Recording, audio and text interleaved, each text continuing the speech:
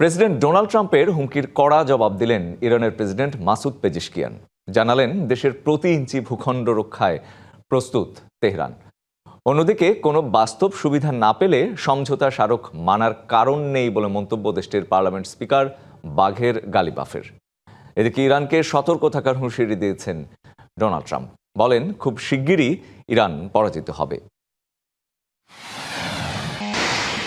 ইরাকের ইরবিলে মার্কিন কনসুলেট ও সামরিক ঘাঁটিতে আশ্রয় পৌঁছে একের পর এক ইরানি ড্রোন। মার্কিন আগ্রাসনের জবাব দিতেই মধ্যপ্রাচ্য জুড়ে তীব্র হামলা চালাচ্ছে তেহরান। কুয়েতের প্রতিরক্ষা মন্ত্রণালয়ের দাবি, ইরানের 20টির বেশি ড্রোন ও 4টি ক্ষেপণাস্ত্র ভূপাতিত করেছে।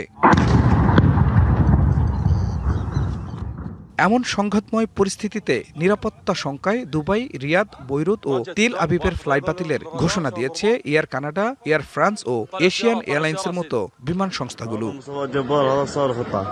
এর আগে বুধবার রাতভর দুদফা বিমান হামলা চালিয়েছে যুক্তরাষ্ট্র। ইরানের বন্দর আব্বাস এবং চাবাহার সহ দক্ষিণাঞ্চলীয় প্রদেশগুলোর সামরিক ও বেসামরিক স্থাপনায় আবারও দফায় দফায় আঘাত এনেছে যুক্তরাষ্ট্র।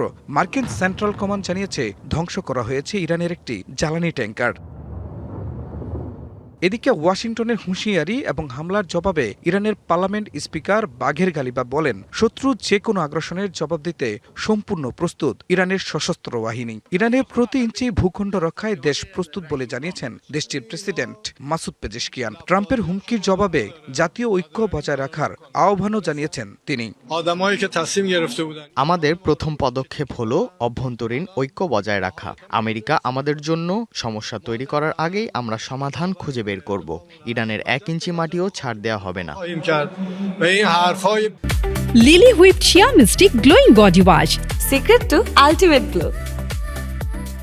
অন্যদিকে পেনসিলভানিয়ায় এক অনুষ্ঠানে মার্কিন প্রেসিডেন্ট ডোনাল্ড ট্রাম্প বলেন, ইরান যুক্তরাষ্ট্রের সঙ্গে সমঝোতা করতে চায়, তবে আলোচনা হবে নাকি অন্য কোনো পথ বেছে নেওয়া হবে সেই সিদ্ধান্ত নেবে ওয়াশিংটন।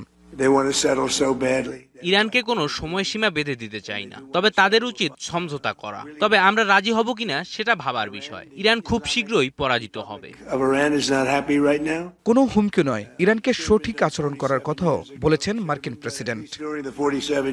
খান মোহাম্মদ মুকুল, ডিবিসি নিউজ ডেস্ক।